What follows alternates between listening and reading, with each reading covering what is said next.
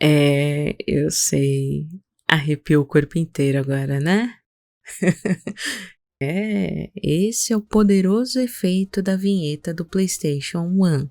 Eu, em particular, não conheço sequer um gamer que seja imune aos encantos dessa vinheta. Eu também sei que agora vieram umas 1000 lembranças assim à sua mente. E você deve ter ficado morrendo de vontade de jogar um Gran Turismo, o Drive, o Crash, Wing Eleven, Dragon Ball, Silent Hill, Mortal Kombat, Resident Evil e, óbvio, o meu favorito, Medalha de Honra. Sim, desde seu lançamento lá em 1994, a PlayStation vem marcando gerações e fazendo história no mercado dos games. A marca PlayStation é uma das mais importantes de toda a indústria dos videogames. Mas você conhece o significado de cada símbolo da PlayStation? Não? Ah, então vem comigo que eu vou te mostrar. Mas antes, roda a vinheta.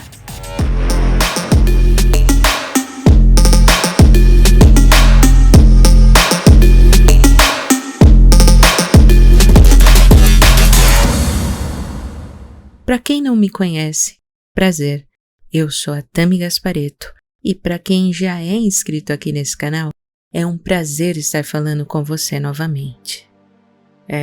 Eu dei uma sumida, mas estou de volta. Originalmente lançado no Japão em dezembro de 1994, o PlayStation 1 foi a primeira grande aposta da Sony no mercado de games. O entretenimento, que até então era considerado um brinquedo de criança pelos executivos da empresa, foi o grande desafio para um engenheiro, Ken Kutaragi, que ficou sendo responsável por tocar esse projeto. O início dos anos 90 marcou o mercado, pois foi ali que começaram a ser dados os primeiros passos em direção à era 3D. E o PlayStation, ele ajudou a pavimentar o terreno para popularizar essa tecnologia, já que ele rodava CD-ROMs que possibilitavam melhorias notáveis em aspectos gráficos e também de sonoplastia.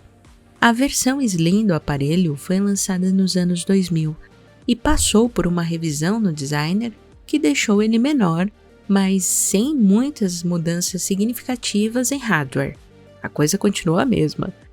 A Sony apostava que o futuro da mídia física nos games seriam os CDs, com uma maior capacidade de armazenamento, além de serem mais fáceis de trabalhar.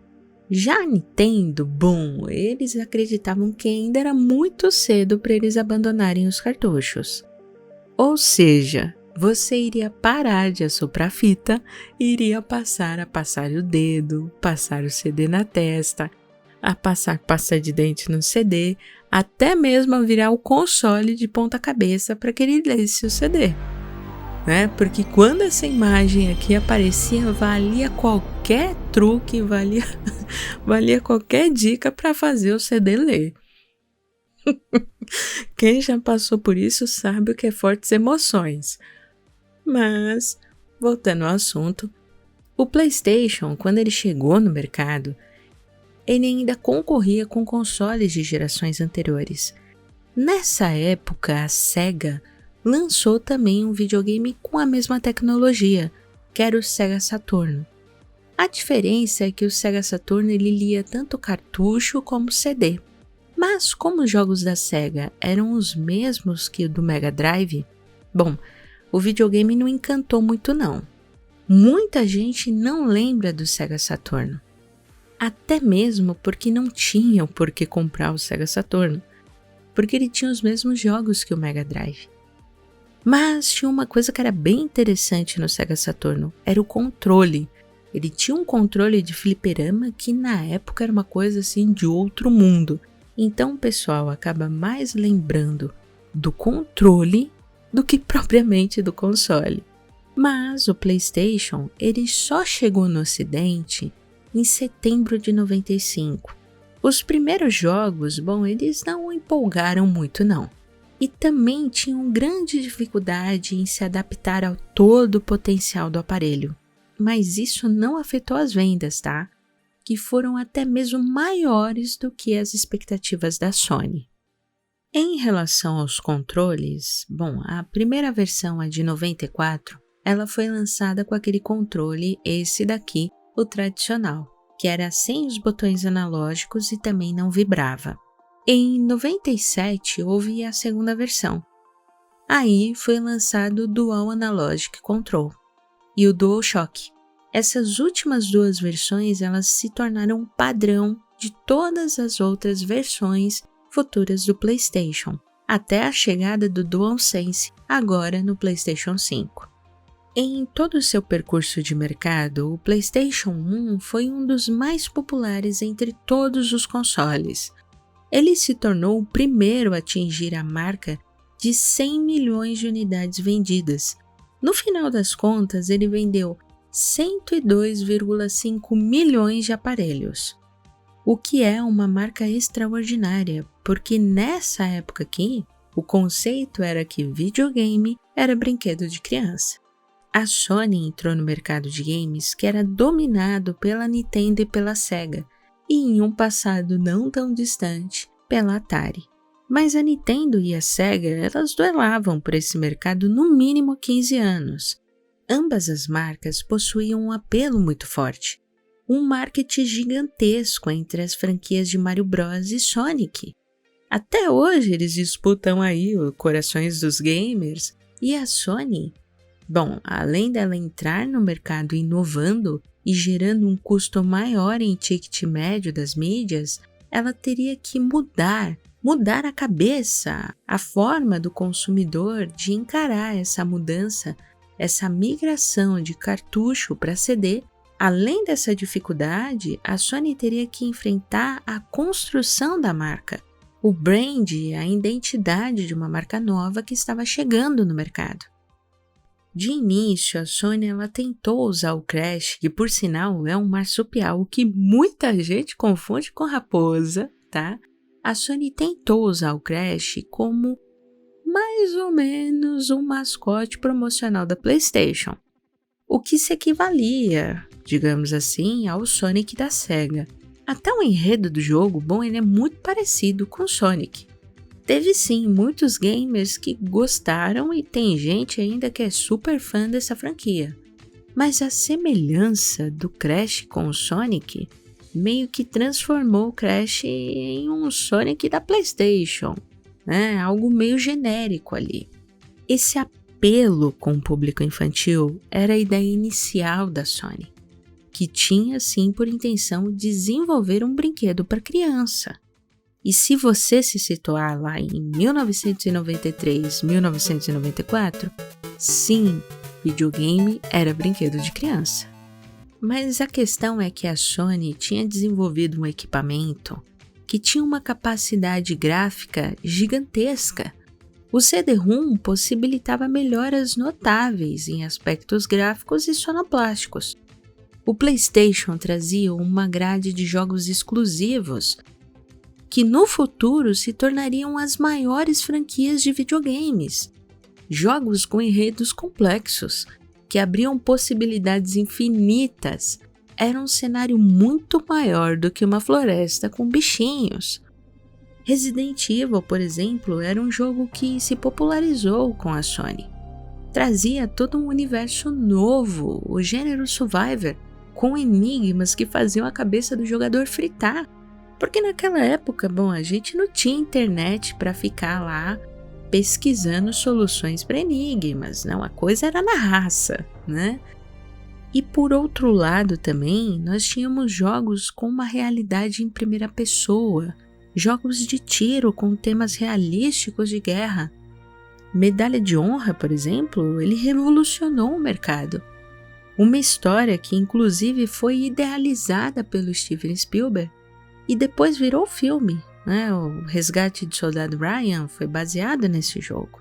Ou seja, era uma era nova, uma fase nova que estava se abrindo.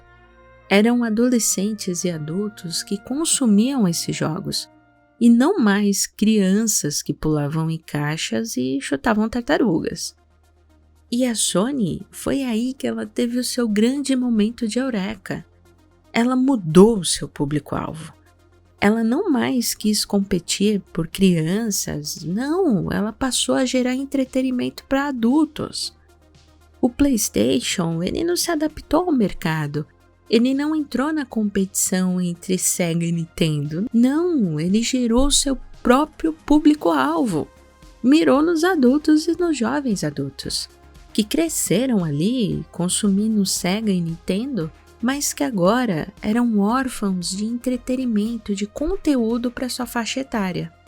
Foi uma sacada genial da PlayStation, que agora produzia para um público que não precisava mais pedir permissão para os seus pais, que não precisava mais pedir permissão para jogar, que não dependia de um adulto lá para custear os seus consoles, os seus jogos.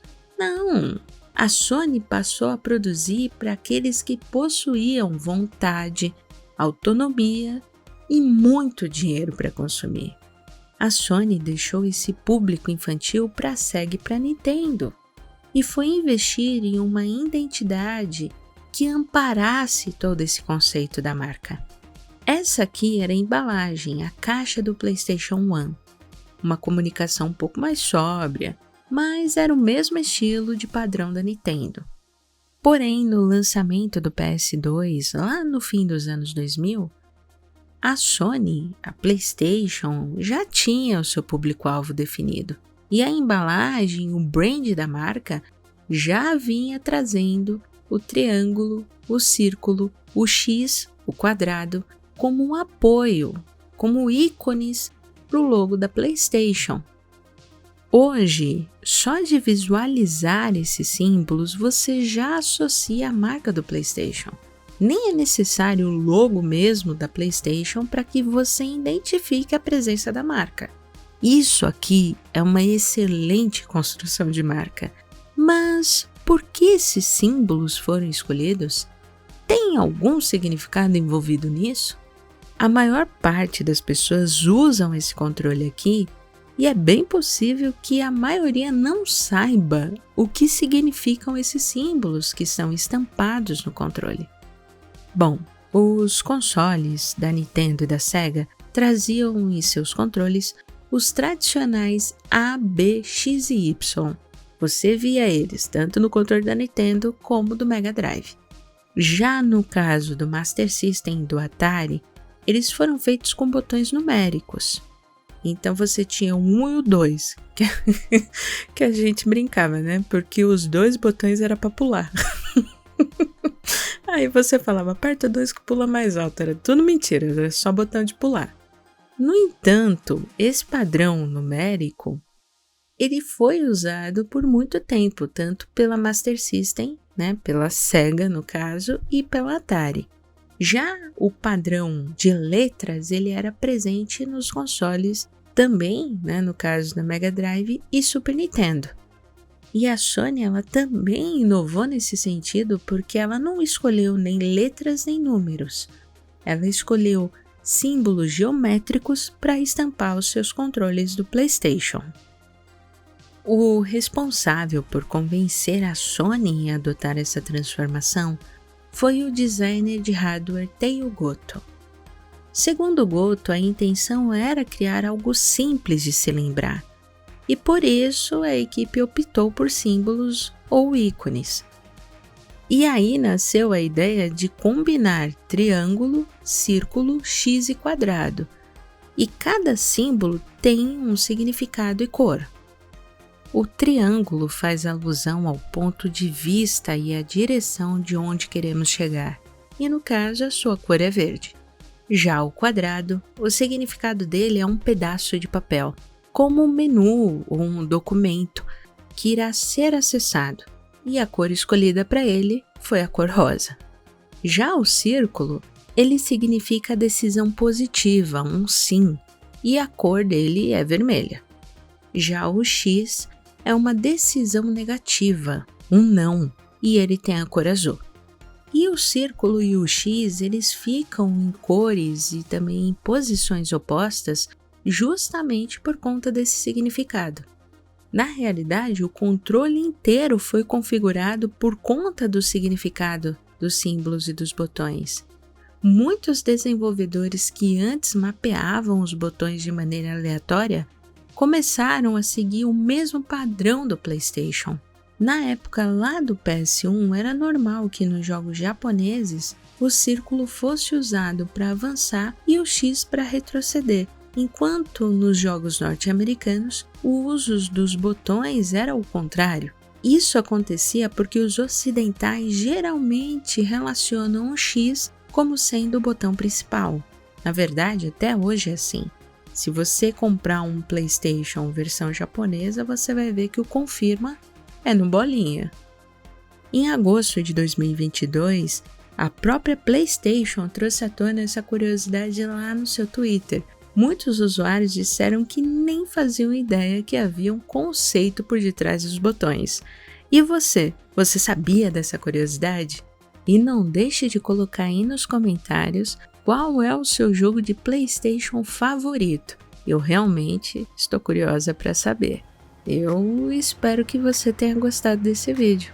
Se você gostou, não deixe de dar o seu like, de compartilhar e de se inscrever nesse canal. Um forte abraço a todos e até o próximo vídeo, pessoal!